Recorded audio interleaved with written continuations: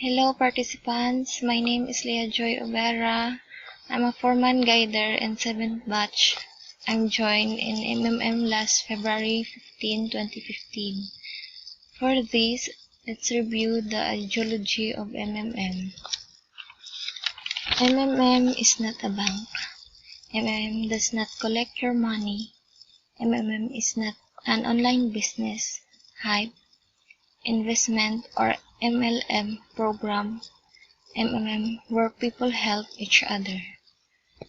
MMM is a very lucrative pyramid scheme.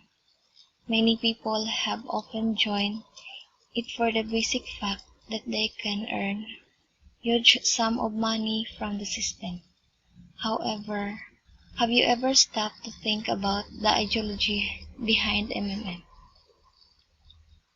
We will offer the answer in the subsequent lines of this article. To begin with, MMM is a social transportation movement. Many societies across the world are ridden with extreme financial difficulties. They are very deep financial difference.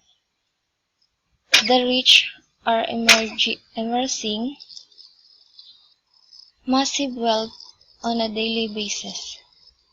This is happening at the same time when the poor communities in shanty towns are wallowing in extreme poverty. What is the cause of these differences? It is because we have never come together to combat it. The MMM revolution is a meeting point of like-minded people in the economy. It is a place where those who have the same financial goals and dreams meet. They are people who have been living in their financial strife and would like to come out of it by all means.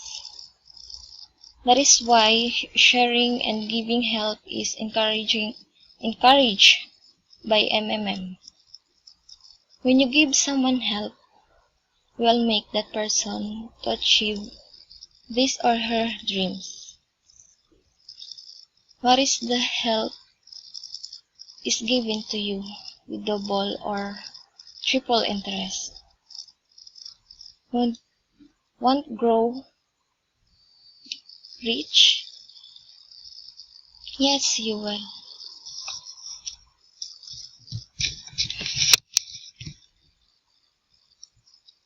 If you would like to be part of this revolution that will bring financial freedom into your life, join MMM now.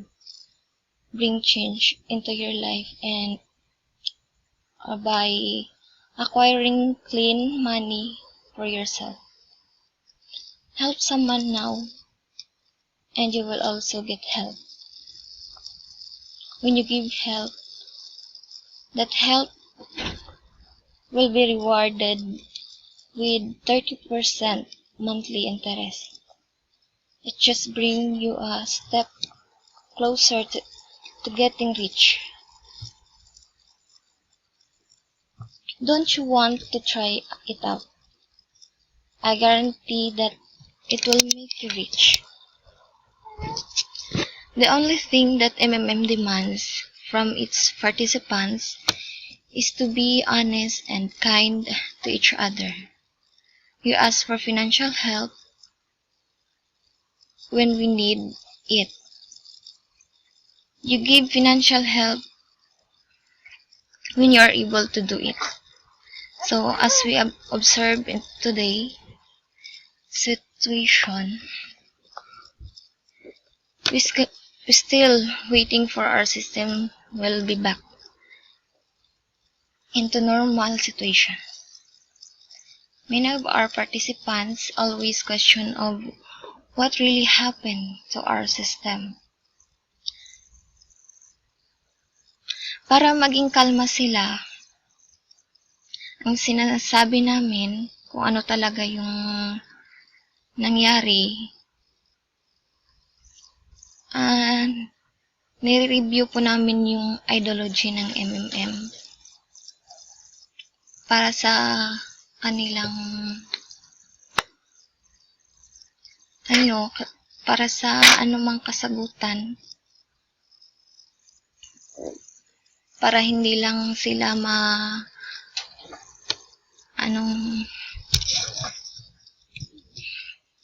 para hindi lang sila ma-discourage at continue lang yung pag-i-invite nila. Yun lang yung sinasabi namin, nire-review namin yung ideology ng MMM. Yun lang po. Maraming salamat.